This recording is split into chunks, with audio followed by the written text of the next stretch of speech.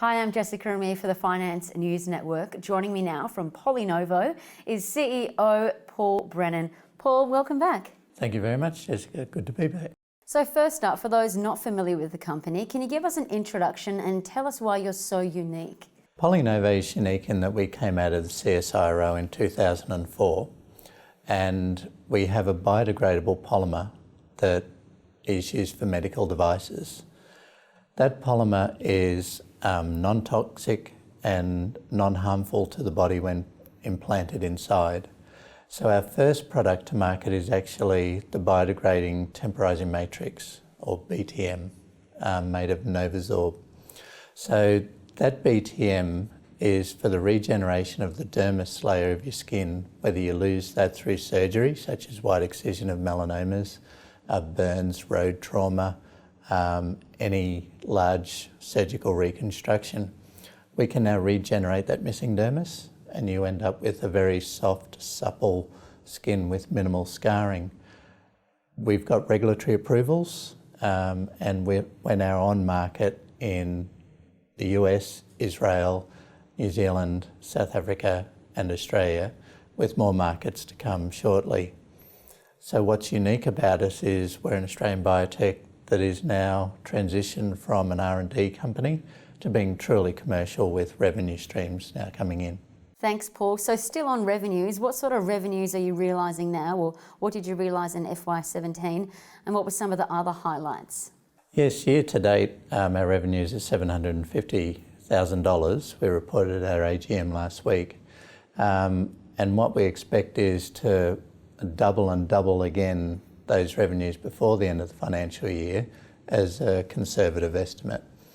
So our revenue stream has two folds. There's one from the sale of the BTM, which is the 750 that I mentioned as commercial, and then our funding through the US government BARDA program for clinical trials, which is a reimbursement for cost of activity. Our cash burn at the moment is around $5.5 million a year, but that'll be offset by the revenues that are coming into the company. And Paul, can you tell us about the all-important regulatory approvals? Sure. We have US FDA approval, which is called a 510K, ever since 2015, which enables us to sell product in the US. We've also got a process which is called a PMA pathway, which is doing a clinical trial on full thickness burns, and that's being funded by BARDA. BARDA is a subgroup of effectively their Department of Health. And what they've been charged to do is find products in the world that could treat mass disasters quickly for the American people.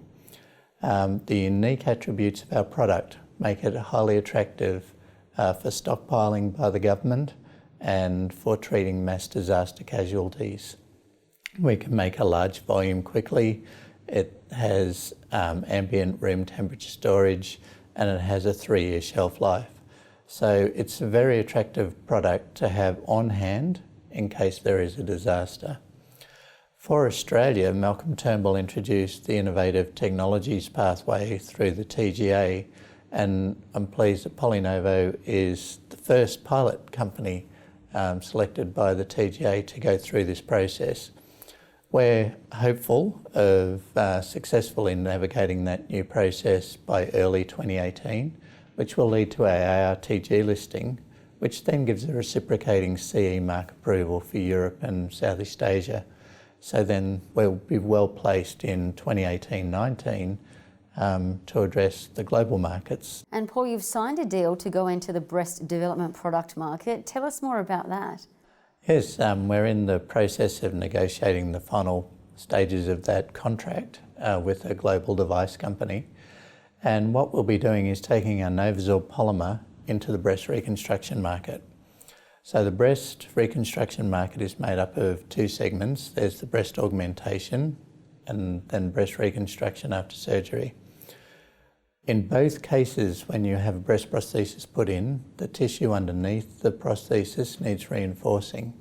So we've developed a product that could be used to reinforce that area and regain the strength to support that new prosthesis. But what can investors look out for over the next 6 to 12 months?